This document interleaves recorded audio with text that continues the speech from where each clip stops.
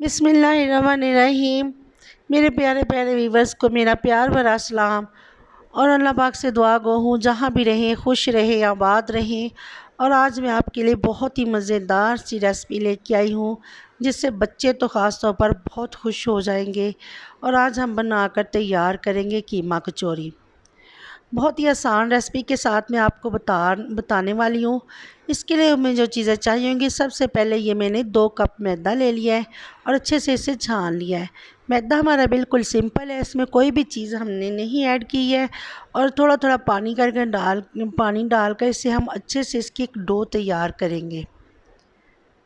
ये देखिए जी, एक नरम सी डो हमने तैयार कर ली और इसे हम साइड पे कर देंगे और 10 से 15 मिनट के लिए इसे रेस्ट के लिए छोड़ देंगे। तो यहाँ पर बारी आ जाती है हमारी स्टफ़िंग की। अब हम इसकी स्टफ़िंग तैयार कर लेते हैं। ये पैन में थोड़ा सा ऑयल ले लेंगे। ऑयल हमें बहुत ज़्यादा नहीं लेना है।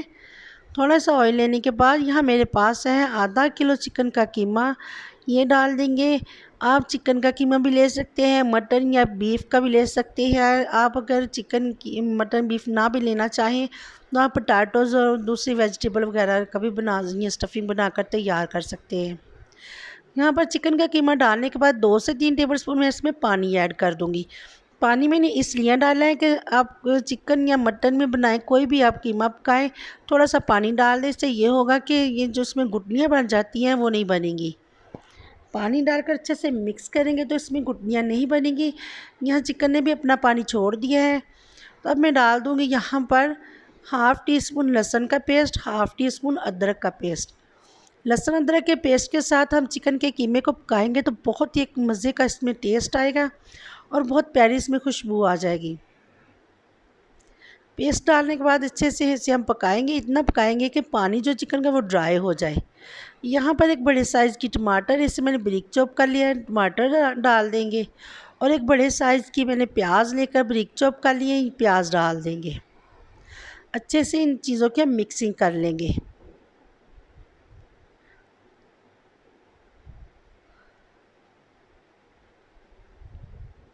यहाँ पर अब हम स्पाइसेस ऐड कर देंगे।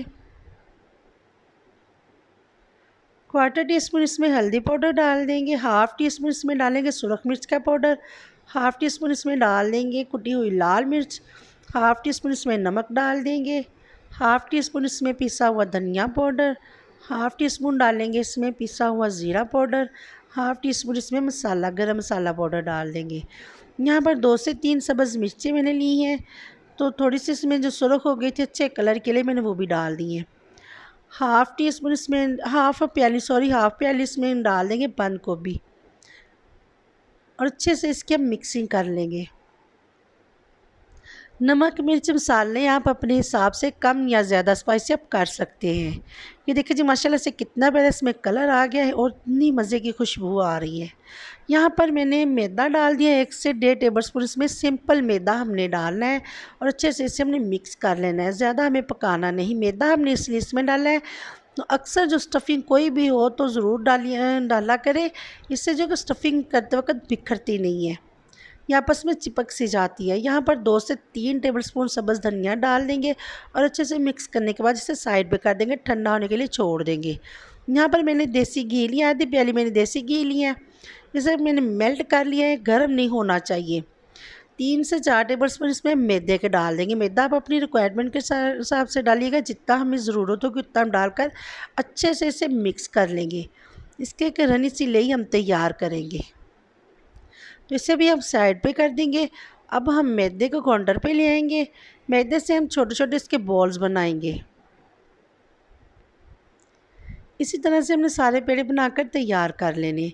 ये 2 कप मैदे से मेरे पास 7 पेड़े बनकर तैयार हुए हैं। पेड़े बनाकर 3 से 4 मिनट के लिए इसे रेस्ट पे छोड़ देंगे।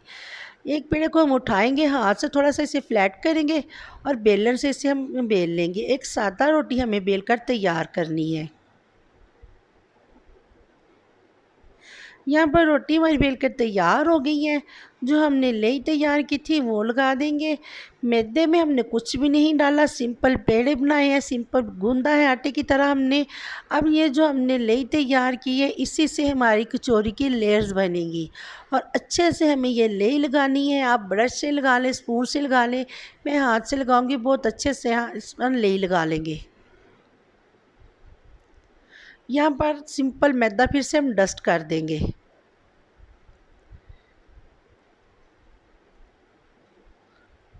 हाफ रोटियाँ एक साइड से उठाएंगे, इसे फोल्ड करेंगे और फिर से ये देखिए जी लेई लगा लेंगे हम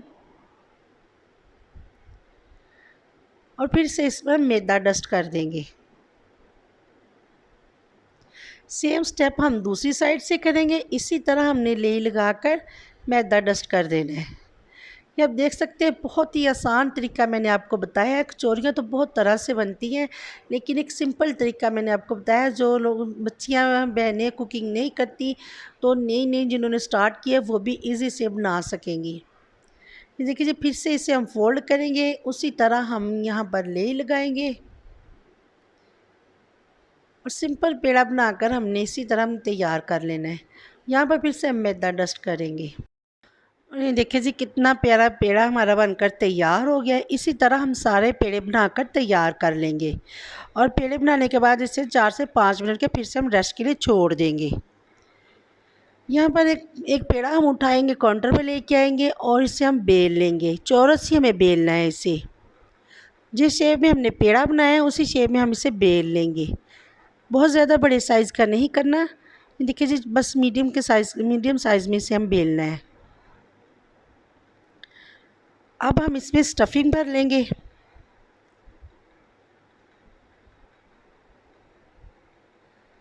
स्टफिंग भरने के बाद आपने बड़े गौर से ध्यान से देखना है कि इसे हमने किस तरह से बंद करना है। ये एक कोना हम उठाएंगे, दूसरे कोने के साथ इसे मिलाकर जोड़ देंगे। अच्छे से हमें इसे बंद करना है, कहीं से भी ये खुला नहीं रहना चाहिए, वरना स्टफिंग जो हमारी है वो खुल जाएगी, निकल जाएगी और दूसरे नंबर पर ये ऑयल जो है ना अंदर चला जाएगा। अच्छे से इसे हमने बंद करना है और ये देखिए जी राउंड शेप में हमें इसे कचौरी बना लेनी है। यही तो देखिए जी कितना मतलब कमाल की बात होती है कि चौरस पेड़ा बनाने के बाद इसकी गोल कचौरी हम बनाएंगे। ये देखिए जी बिल्कुल परफेक्ट कचौरी हमारी बनकर तैयार है। इसी तरह से हम दूसरी भी बना लेंगे।